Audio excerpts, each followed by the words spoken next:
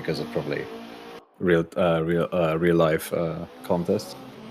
But yeah, it's just great to know that you have these opportunities nowadays, and I think these will just grow more and more over time.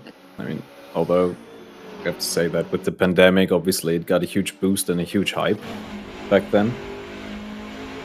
But yeah, still, it's nice to see in what direction it's developing. Most certainly.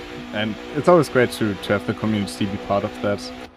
For us, in the case of Rensport, of course, the events we do each week, and now the chance for community drivers to qualify for our Crown Jewel series in R1.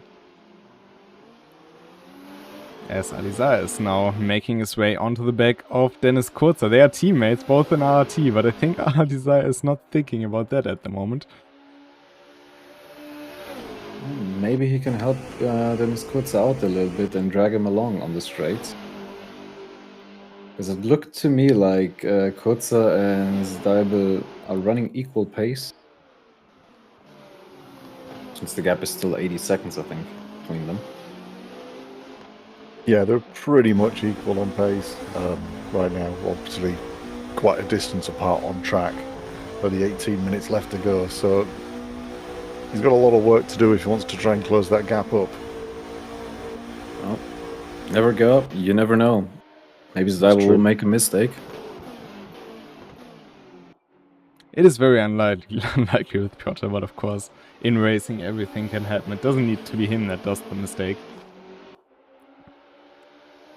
One lapped car is sometimes all it takes, but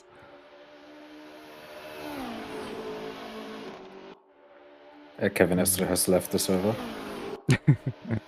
well, a lot of drivers from this year's 24-hour norm driver have.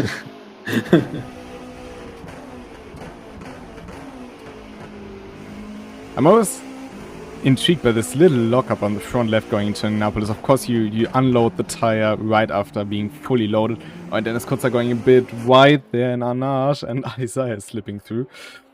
But it's something we've seen with the GT1s, but now also with the hypercars, who of course also don't have ABS. Or actually, the GT1s do have ABS, so that's a bit more interesting actually. But you always lock this front left, and once... Oh, and Alizar hitting the grass and launching into the air. That wasn't on my bingo card for this track.